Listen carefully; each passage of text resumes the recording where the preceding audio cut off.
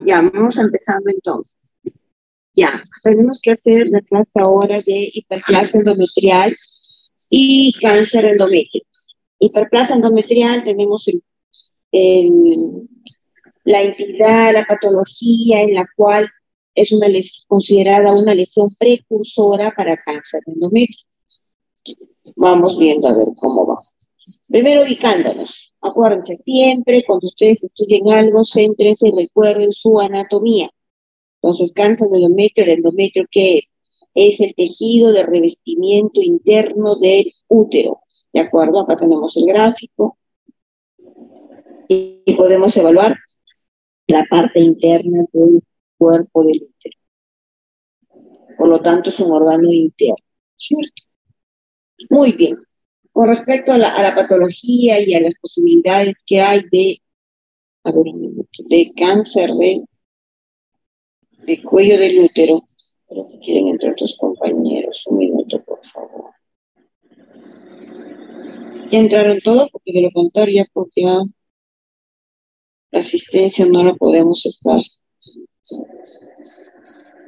Ya solo tengo 3 más en en sala de espera.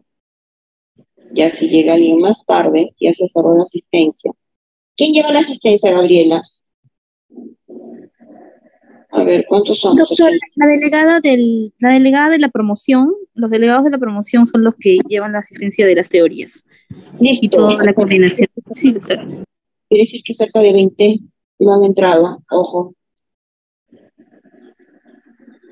Listo. Vamos a continuar entonces. Para no atrasarnos.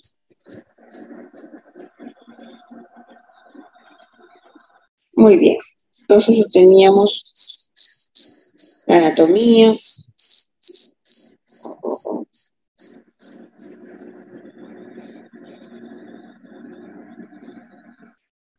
La anatomía para poder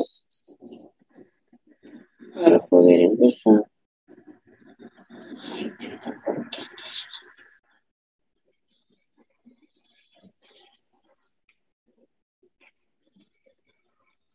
Listo. Entonces tenemos la anatomía, el revestimiento de la parte interna del cuerpo uterino. Muy bien. Ahí tenemos la otra. Vamos a ver. Histogénicamente, embriológicamente, de acuerdo a la formación de los tejidos, los cánceres o tumores de la cavidad pélvica van a degenerar o van a derivarse de los siguientes epitelios. Pues acá tenemos del ovario, de la trompa, del fondo uterino, de la placenta. Acuérdense que el endometrio es un revestimiento interno del útero, pero a nivel del fondo del útero, ¿de acuerdo? A nivel inferior, acuérdense que tenemos el canal endocervical. Entonces acá tenemos dentro de lo que es el fondo uterino, tenemos el epitelio, es un epitelio columnar simple y glándulas profundas, ¿no es cierto? Acuérdense que a diferencia del cervix, en el cervix tenemos epitelio escamoso y epitelio glandular. En el endometrio tenemos un epitelio glandular simple. Por lo tanto, nos vamos a degenerar el cambio de esa célula en tumores de tipo adenocarcinoma endometrioide, puede ser un cáncer mixto adenomatoso o puede observarse una diferenciación de ambos. Brenda, perdona. A ver. Listo. Entonces vamos avanzando. ¿Cómo es la anatomía, la histología? Acuérdense ustedes que la histología en el cuello del útero lo conversamos siempre en la práctica y necesitamos saberlo para conocer más adelante. Igual, en el fondo del cuello del útero, el endometrio, tenemos acá que es un epitelio columnar glandular simple, ¿de acuerdo? Entonces, a diferencia de nuestro cervix o del exocervix. Entonces va a ser un epitelio de una sola línea. Su ubicación, ¿cómo son los límites de este endometrio, de este órgano, de esta estructura? El útero, acuérdense que en la cavidad pélvica, acá como está en el gráfico, si se ve mi cursor, tenemos como límites hacia adelante la vejiga, hacia la cara posterior, el recto, hacia los costados tenemos a vías laterales tenemos los ligamentos y con ellos sus anexos y lo que transcurre los órganos y las estructuras a nivel de los ligamentos. Asimismo, anatómicamente nos interesa saber cómo es el drenaje y cómo es la irrigación de este órgano. Entonces tenemos un drenaje venoso. ¿Por qué nos interesa el drenaje venoso? Porque es el que va a recoger la información de la estructura de este órgano. Acá tenemos el útero, si lo pueden ver a nivel central, y aquí se ve bien bonito los límites. Miren, hacia adelante la vejiga y hacia atrás la estructura que es del recto. Vagina que está entre ellos y se desliza, pero tenemos hacia la parte posterior del fondo del cuerpo del útero, acuérdense todo el plexo venoso a nivel del sacro, que está muy vascularizado y que también recoge la información de todos los órganos de la pelvis inferior.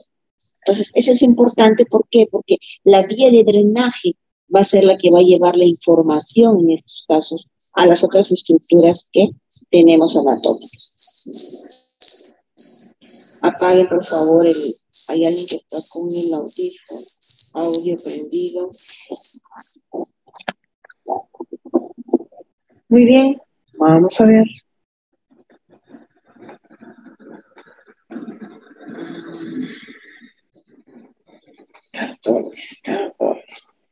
Vamos avanzando entonces. Acá tenemos... Esta es la parte que les comentaba que es importante saber el drenaje. Entonces, si estoy en la cavidad pélvica, yo debo ubicarme de las estructuras que tengo en la pelvis, ovario, ligamento, cervix. Hoy en día tenemos el fondo uterino. Entonces, el fondo uterino, acá como lo tienen en el primer párrafo, en la primera línea, tenemos de que va a ser drenado a nivel de los ganglios o los ganglios linfáticos de la región lumbar. Otra drenaje, un drenaje mixto, tenemos el fondo uterino, acá acompañando otras estructuras que también van a drenar a nivel de los vasos ilíacos externos. Es importante reconocer eso. ¿Por qué? Porque vamos a tener información hacia la región ilíaca externa y hacia la región lumbar que va a migrar, que va a llevar la información al resto del cuerpo. Muy bien, empezamos por las lesiones precursoras. Entonces, la hiperplasia endometrial, ¿qué es la hiperplasia endometrial? Desde la Organización Mundial de la Salud incluye desde hace ya 2014 que hay dos categorías de hiperplasia. La hiperplasia sin atipia, que es la no neoplasia, y la hiperplasia con atipia, que es la neoplasia interepitelial endometrial.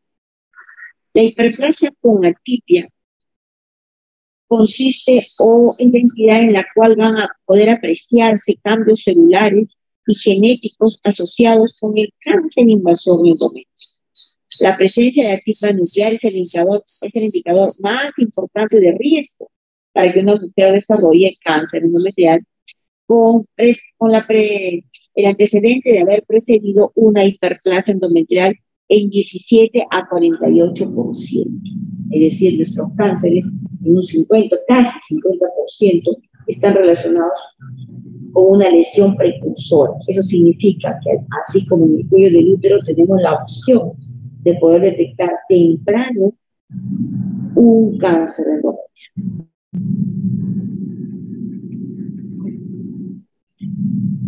Muy bien, de acuerdo a las células y a la esquina histológica, también podemos tener un tipo histológico. Entonces vamos a ver que pueden haber carcinomas de acuerdo al tipo celular que hay. Endometrioides, adenocarcinoma, cuello glandular, un adenocarcinoma escamoso, porque también hay una área escamosa, pueden ser axónicos, son una parte externa, que es benigno y una diferenciación escamosa, también que puede haber. Puede ser un carcinoma o un carcinoma mixto, en el cual exista compromiso de las células escamosas y compromiso de las células glandulares. Asimismo, un adenocarcinoma mucinoso, un adenocarcinoma seroso, esa afinidad o ese inicio de cambio celular, y un adenocarcinoma de células claras, que puede ser mucho más agresivos que hay.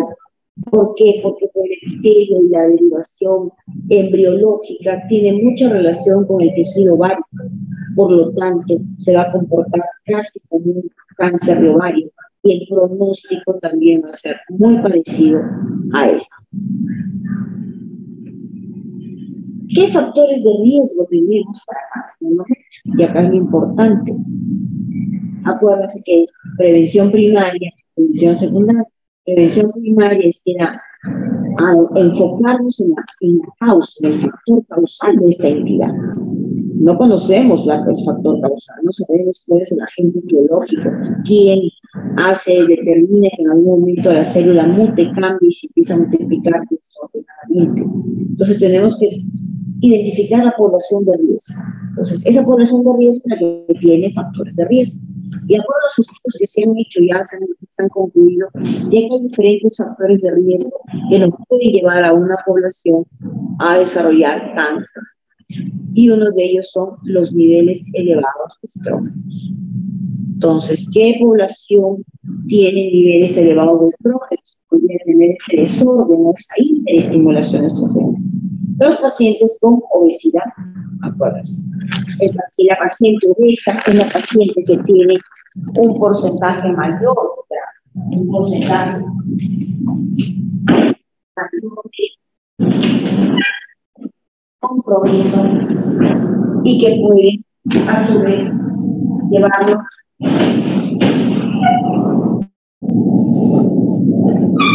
a estimular este tejido. ¿Qué otro factor de riesgo tenemos? ¿Qué mujeres, qué población femenina está expuesta a niveles elevados de estrógeno? La paciente con diabetes.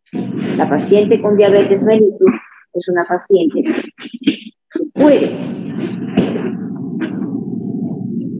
desarrollar o tener una hiperestimulación de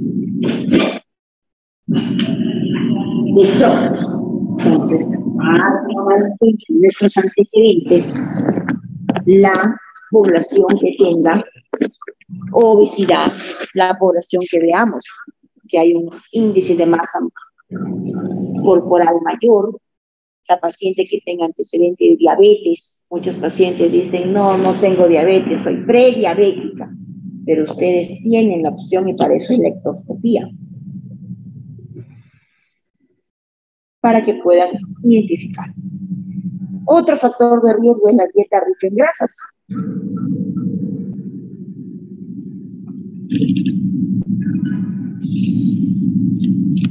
Y aquí tenemos otro factor causal de riesgo potencialmente, que es la mala alimentación, ¿no? Aquí vemos basado en carbohidratos, grasas, que definitivamente nos van a originar un acúmulo mayor de tejido graso. Entonces, primer factor de riesgo, niveles elevados de estrógeno. Muy bien. Otro factor de riesgo es la menarquia temprana. Pero esto hay que verlo, todo tiene su razón de ser. Ustedes fisiológicamente dirían ¿por qué? Si el endometrio es un tejido que está influenciado por las hormonas, porque el endometrio responde a un ciclo menstrual. Ya han repasado, ya saben, ya han pasado esa clase del ciclo menstrual en el cual el endometrio recibe una estimulación, una hiperestimulación para poder llevar a cabo sus fases de toda mujer normal. Entonces, hay un aumento de estímulo hormonal. Ya vienen los niveles elevados de estrógenos. Los pacientes que tienen una menarquia temprana es una paciente mujer que va a tener mayores ciclos menstruales. Es diferente una mujer que empieza una menstruación a los 9 años a una mujer que empieza una menstruación a los 15 o a los 13, ¿no es cierto? Entonces, ese endometrio va a tener mayor estimulación estrogénica que una menarquia tardía, ¿no? Otro factor de riesgo es la nuliparidad. Nuliparidad, ¿por qué? Tiene su razón de ser.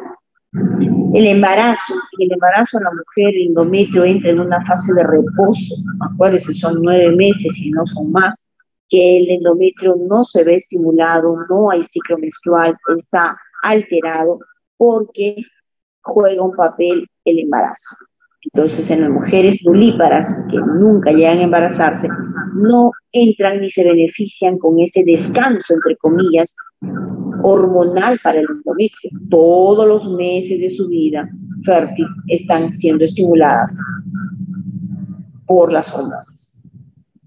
y así sucesivamente y consecuentemente, el otro factor de riesgo que tendríamos sería la menopausia tardía. Entonces la mujer hoy en día se rehúsa mucho a entrar a la etapa de la menopausia.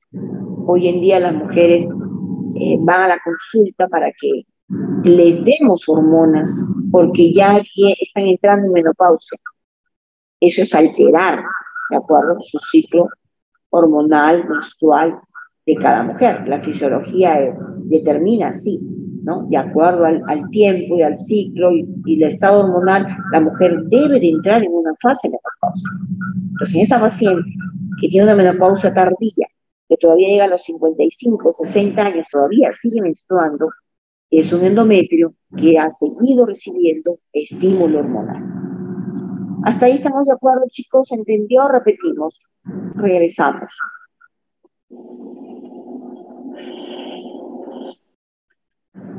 ¿Me escucha? Pero no se le escucha muy bien, se le escucha muy lejos. Muy lejos. ¿Ahora se escucha mejor? Hola. Sí, un poco mejor. Perfecto. Entonces vamos mejorando esto. Muy bien. Otro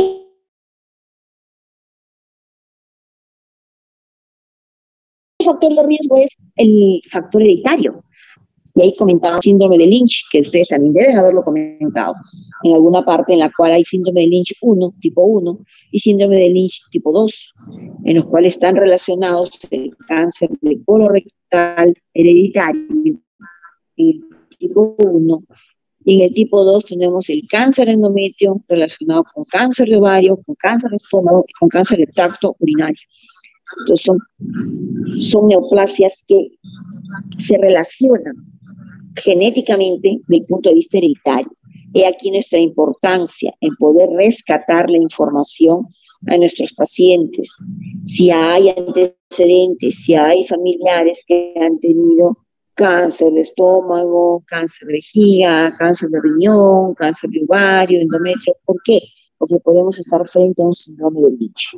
Si bien es cierto, hoy en día las pruebas genéticas están más al alcance de cada uno de la población, todavía es inaccesible o no es factible que algunas personas lo puedan desarrollar, ¿no?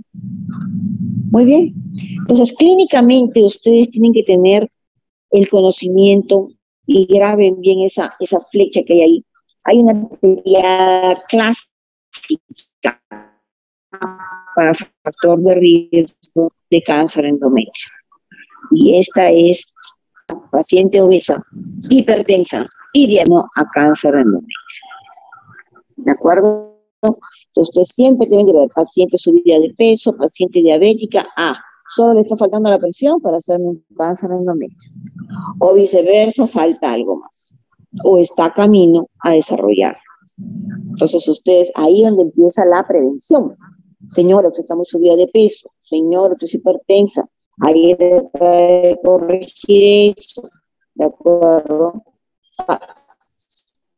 Estilos de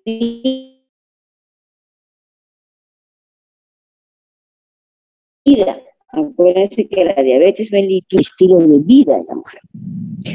Otro factor de riesgo que van a tener es la estimulación hormonal, y aquí yo les comentaba, ¿no?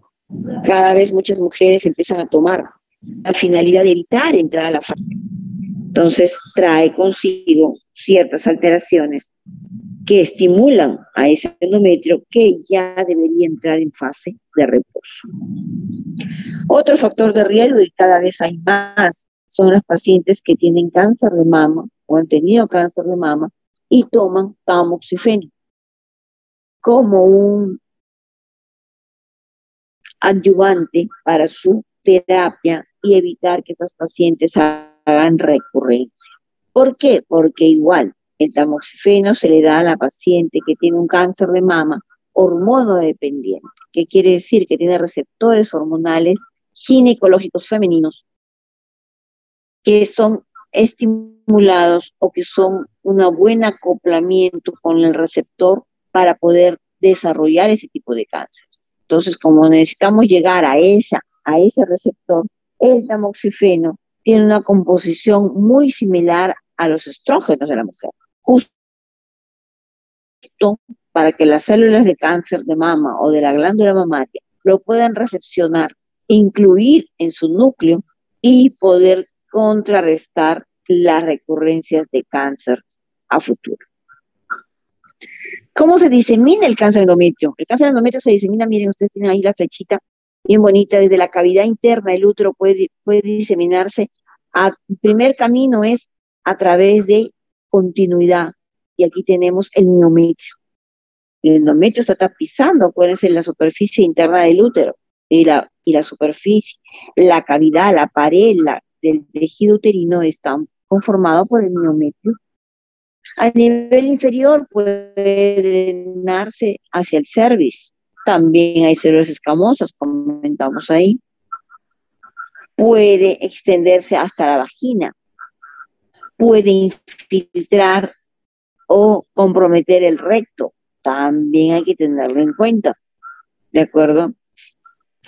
Y así los tejidos que están alrededor. Entonces, esto es importante para poder saber hacia dónde yo voy a buscar un estadiaje, un avance de esta enfermedad. La diseminación también se da a nivel de ganglios linfáticos. Aquí tenemos, como viendo la anatomía, ¿se acuerdan? El útero estaba en la parte central de la pelvis inferior y tenemos hacia los laterales el drenaje a los vasos ilíacos. ¿Ve? Acá ven la parte verde, la línea verde. Ay, por mover el cursor se movió. Entonces aquí tenemos la línea verde. Acá está. Si la pueden seguir, por favor, para no mover el cursor. Tenemos unas flechas que van hacia los ilíacos, miren. Ilíaco derecho, ilíaco izquierdo, y otras que drenan a nivel lumbar. ¿Eh? Miren cómo van drenando por las flechas verdes y pueden llegar hasta la región lumbar. Es importante tener en cuenta ese detalle. También puede haber metástasis a distancia. Tenemos metástasis al pulmón, a los ganglios inguinales, al hígado, a los huesos, al cerebro. La misma vagina por continuidad puede continuar infectándose y formar nódulos de endometrio.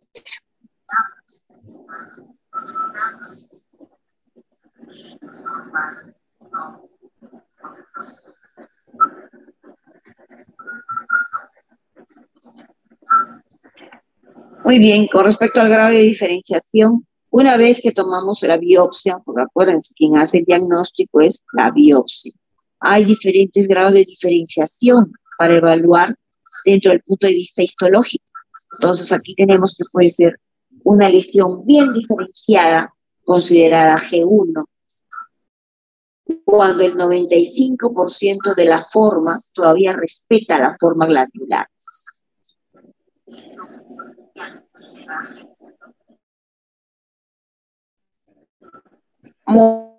Moderadamente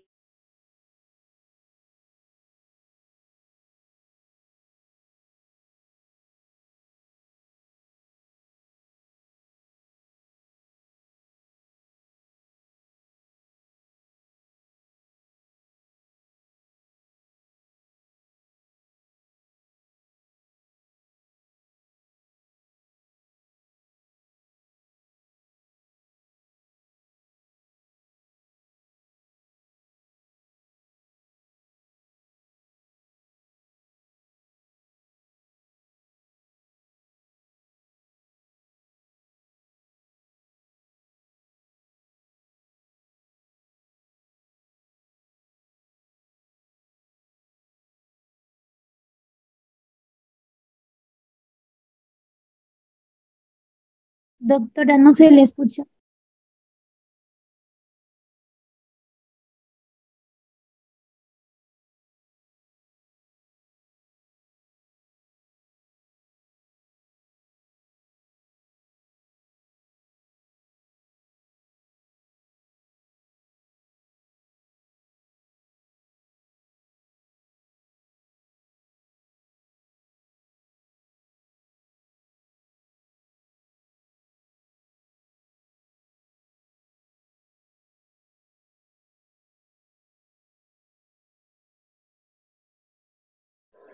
ahora sí me escuchan, se fue la recepción. Sí, doctora, ahora sí la podemos escuchar. Listo. Entonces estábamos comentando que al evaluar las células al microscopio, si encontramos que se respeta la forma glandular en un 95%, será un tumor de tipo bien diferenciado, G1, ¿no? Si ya la célula está alterada, deforme, en el 50% de los casos, hasta el 50%, ya estamos hablando de un cáncer de tipo moderadamente diferenciado. Es decir, no solo está en el músculo, también existe la sospecha que esté pegado a la grasa, a la vagina, al ovario. Eso lo vamos a ver. Y el otro tipo de cáncer endometrio sería el cáncer indiferenciado. Tiene solamente un sin menos del 50% de la evidencia de que la glándula todavía conserva su arquitectura, la glándula endometrial. Muy bien. Ahora, esos son los factores de riesgo. Ahora, los factores pronósticos, los factores que nos van a decir cómo va este paciente, qué tipo de sobrevida puede tener. Y aquí tenemos, muy sencillo, por ejemplo, el grado celular. Comentábamos si es un adenocarcinoma endometrioides de bajo grado, de crecimiento lento, no hace diseminación a distancia muy fácilmente, entonces tienen un mejor pronóstico, ¿no? La invasión miometrial, ¿se acuerdan de la fotito en la cual les dije, recuerden esta foto? El endometrio, si se introduce, si se infiltra, penetra en el miometrio, lógicamente va a tener un menor pronóstico que la lesión o el tumor que esté confinada solamente al útero y nada más que al útero, ¿no? El otro tejido es la invasión estromal cervical. ¿Qué quiere decir? Hacia la parte inferior comentamos de que puede infiltrar o diseminar al cuello del útero. Entonces no va a ser a la parte externa que vemos por una colposcopía. Esta endoscopía o esta lesión tumoral se puede ver en la población que todavía tenga un componente de cuello del útero alterado. Citología peritoneal. Si el tumor ya atravesó el miometrio, atravesó la serosa o el peritoneo visceral, tenemos que puede haber un compromiso de las células hacia el nivel de la cavidad peritoneal. Entonces tendremos células peritoneales que pueden diseminarse y producir una carcinomatosis. Es otro factor pronóstico. Una paciente con carcinomatosis, con células ya sueltas en el líquido peritoneal, es de diferente pronóstico de una paciente que está solo confinado al endometrio y que ni siquiera ha infiltrado el miometrio. Otro factor pronóstico es el tipo histológico. Comentábamos, cánceres de alto grado son cánceres que pueden hacer metástasis, diseminarse, pero si tenemos otro tipo de cáncer como el células claras que comentamos, o el seroso papilar de alto grado, que se forman o se derivan de las células de origen común con las células ováricas, puede presentarse con un pronóstico menos favorable, ¿no? Más con la tendencia a carcinomatosis, a ser una enfermedad grande, aparatosa. ¿Por qué? Porque su citología se lo permite y a través de eso viaja la información, pues, ¿no? Neuronal. Y el otro factor pronóstico es el estado ganglionar. Si tenemos un tumor de endometrio que solamente está confinado al endometrio y ha respetado los ganglios, ¿qué quiere decir? Que está confinado al órgano, que en este caso sería el útero. Entonces no viaja, no va a distancia, no es que esté presentándose esa posibilidad de hacer metástasis. Otro factor pronóstico que tenemos acá, los cánceres endometrio, de acuerdo a la población de riesgo, los han agrupado en dos tipos, acuérdense. El tipo 1, que está relacionado con el hiperestrogenismo, y el tipo 2, que no tiene una relación directa con el estrógeno o el estímulo estrogénico.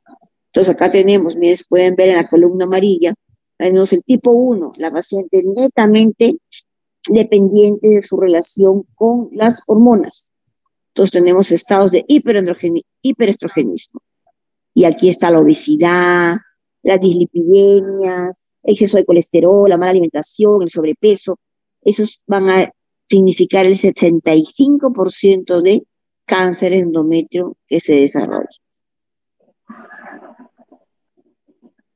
A diferencia del tipo 2, que es mucho más agresivo y no está relacionado al cáncer en sí, de mucha agresividad, pero que siendo una población de riesgo, puede darnos hasta un 65% en la parte de tipo 1, y el tipo 2 es menor, pero es mucho más agresivo. No está relacionado con estrógeno, no se va a ver en pacientes obesas, no se va a ver en pacientes que toman anticonceptivos por mucho tiempo, o menopausias tardías originadas por una administración. Entonces van a desarrollar, acá abajo vemos un grado histológico mayor de diferenciación celular. Acuérdense, G1, G2 todavía se podía ver la forma de la célula. G3 ya se pierde la forma de la célula, menos del 50% comentamos. Entonces, ahí también nos está dando un grado de pronóstico de enfermedad. Es una enfermedad, obviamente, de mutaciones y sobre todo que se destruye las células.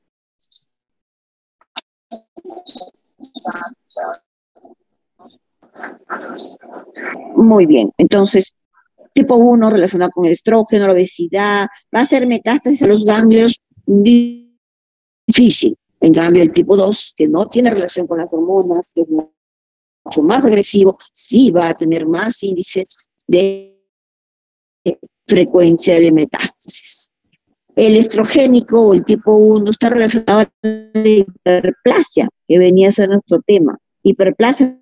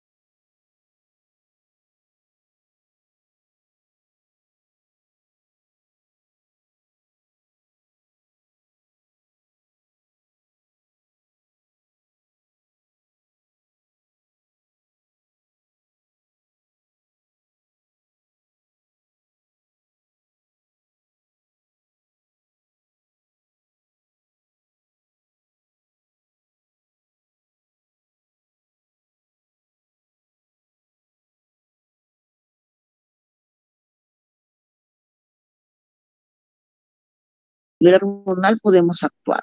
Entonces la sobrevida va a ser del 85%. Una buena sobrevida cuando se detecta a tiempo.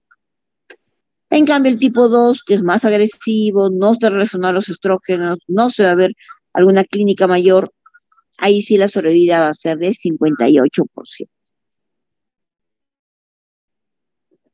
¿Qué síntomas da cáncer de mama? Tenemos el principal síntoma es el sangrado genital anormal. Es decir, la mujer se da cuenta que no está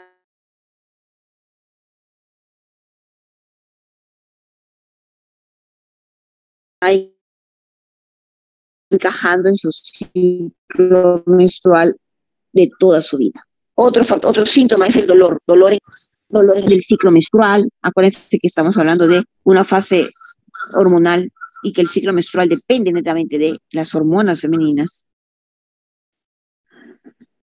Ganancia o pérdida de peso es otro de los síntomas.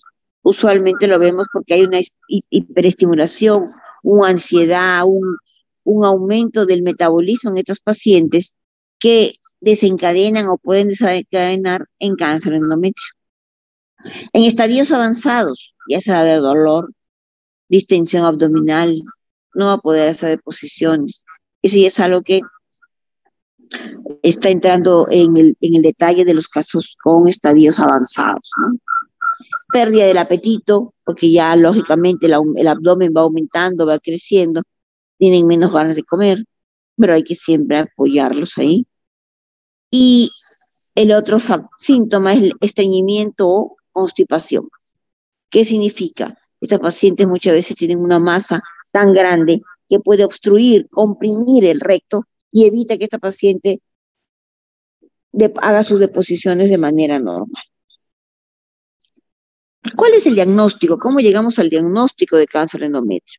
Si tenemos una evolución del cáncer endometrio, tenemos un sangrado, tenemos un dolor, pues hay que hacerlo primero una ecografía, ¿no es cierto? Ideal que sea transvaginal, acá tenemos una ecografía, sea abdominal, sea pélvica, y tenemos la transvaginal, para que vea si hay algo que realmente amerite un tratamiento, un manejo inmediato, o es algo que tenemos que estudiar, lo que ya sabemos qué es, y simplemente hay que programarnos para la cirugía.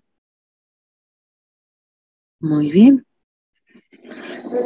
Otra forma de diagnóstico es la biopsia. Acuérdense, cáncer endometrio, cáncer de mama, cáncer de cervix, cualquier cáncer, el diagnóstico se lo va a hacer el microscopio, ¿de acuerdo? O sea, la biopsia, el tejido llevado al microscopio para poder evaluar la histología. Han evaluado la histología el otro día, en las pacientes que hemos estado viendo en la práctica, y hemos tenido que estas pacientes se les hace su biopsia de endometrio o un legrado uterino fraccionado.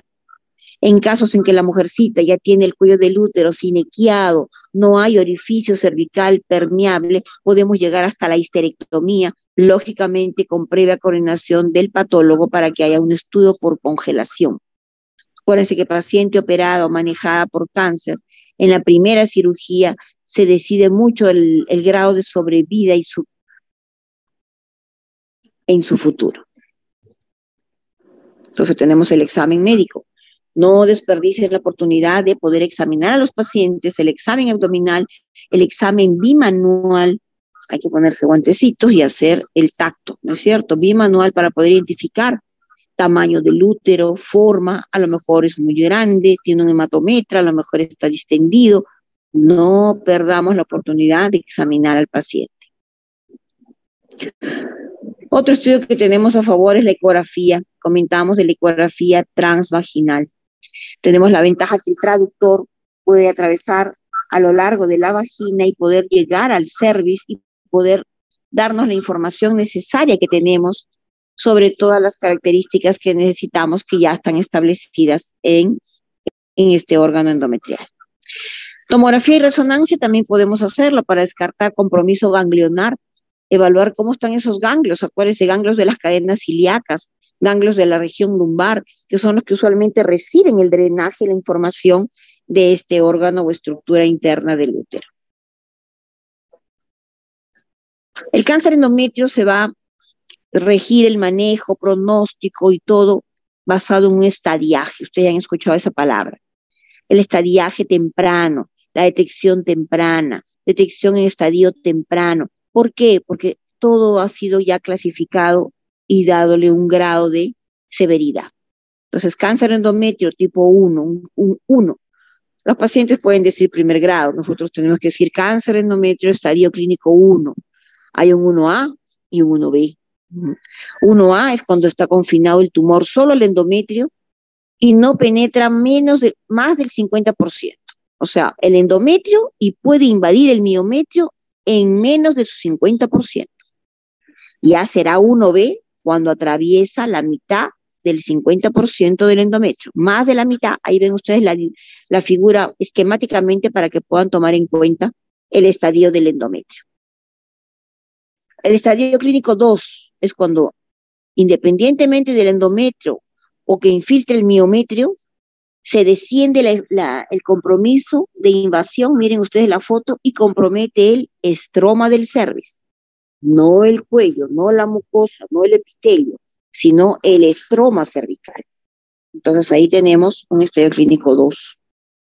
Será un estadio clínico 3 cuando este tumor haya atravesado la serosa del útero, acuérdense, el límite posterior, anterior que tenga, y puede comprometer otros órganos de la pelvis. Un anexo, una trompa, se adhiere a la trompa, al anexo, los parametrios, o puede considerar también soltar células y producir una carcinomatosis. Y aquí es importante el estudio del lavado peritoneal.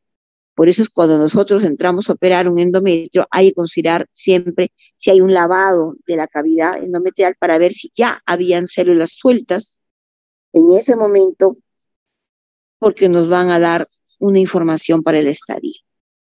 Hoy en día ya no se está considerando mucho, pero como pronóstico sí, ¿no? Es de peor pronóstico un cáncer endometrio que ya tiene células sueltas a nivel peritoneal, un cáncer endometrio que todavía no se encuentran sus células en ese sitio a la hora del diagnóstico. Estadio clínico 3, pero ya ve, tenemos el compromiso de vagina. Miren esa foto al lado derecho. Si ya salió del útero, sea para la cavidad pélvica o sea de manera inferior hacia la vagina, ya estamos hablando de un estadio clínico 3 de cáncer endometrio.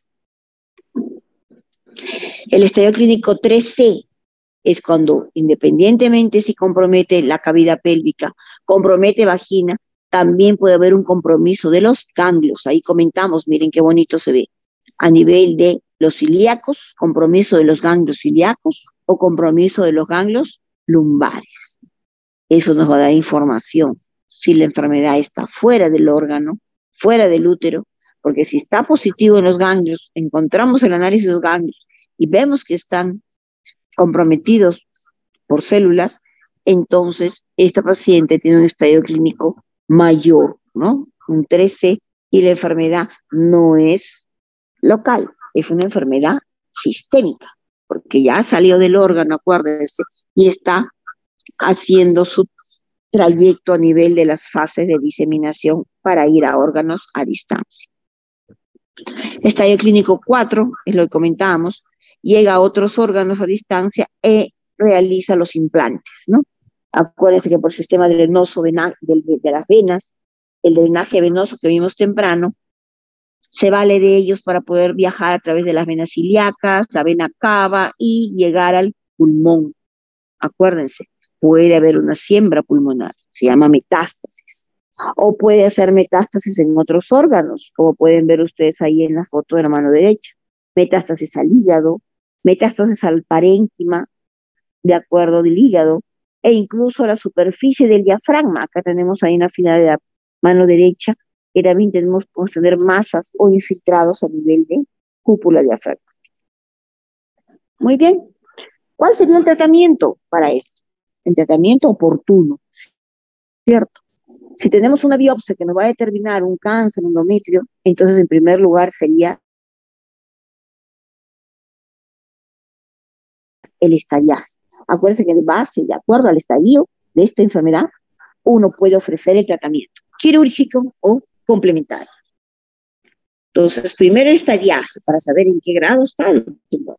Para hacer el estadiaje, como les comentaba antiguamente, o todavía algunas escuelas hacen el lavado periquirúrgico, lavado peritoneal. Apenas ingresa uno a la cavidad, lavado, y lo reserva ahí en sala de operación, para ver si ya antes de cualquier...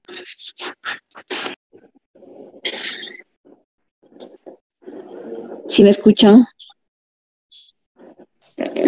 Sí, doctora. Perfecto. Entonces ya teníamos células a nivel de peritoneo. Seguidamente se hace la histerectomía total ¿de acuerdo? Con salpingo-forectomía bilateral para mandar a estudiar el útero completo, la serosa del útero, los trompas, los ovarios y ver si ya había implantes a ese nivel o seguía confinado al útero siendo una enfermedad local. Entonces nos interesa estudiar esas estructuras. Linfadenectomía pélvica para poder rescatar los ganglios, disecar los ganglios de la pelvis, llevarlos a estudio y poder hacer la disección y poder analizar esos ganglios que nos pueden decir si hay compromiso ganglionar, porque nos estaría diciendo que la enfermedad está fuera del útero. Omentectomía, eso va a depender de acuerdo a los estadios. En el cáncer de ovario hace lo mismo, pero te saca el epiplo. El epiplo, ustedes ya saben, es el aumento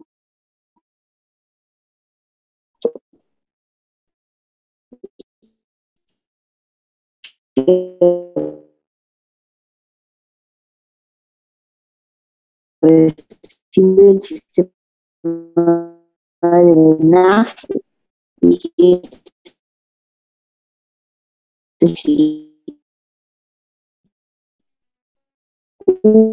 circula por todas partes. Doctora, no se le escucha bien. De la cavidad abdominal. Entonces nos interesa saber si... Doctora, ¿podría volver a repetir? No he escuchado.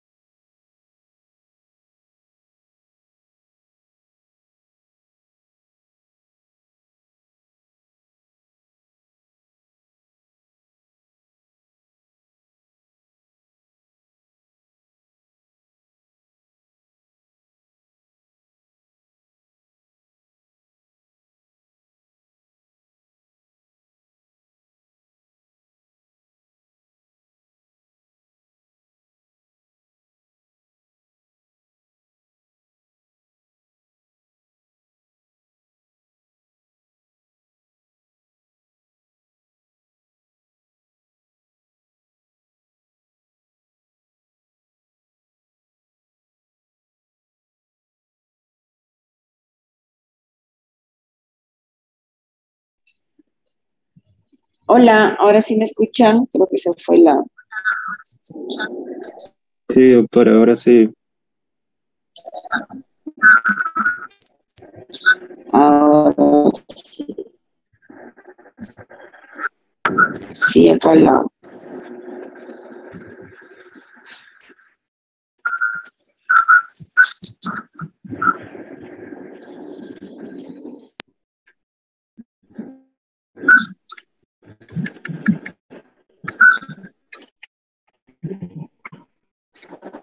A ver, chicos.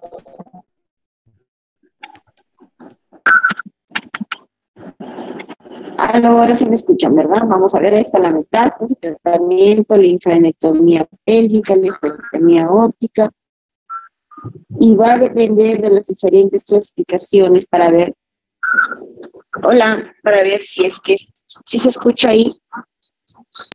Doctora, sí, pero se escucha muy entrecortado. Hola.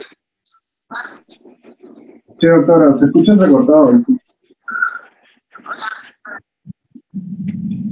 Ya, perfecto. Entonces ahora, de acuerdo al tratamiento, tenemos pacientes con bajo riesgo, son las pacientes que tienen tipo de tumores con un mejor pronóstico, tumores más chiquitos, menos de 2 centímetros, no pasan el límite del endometrio con miometrio, ¿no es cierto? Son G1, G2, bien diferenciados.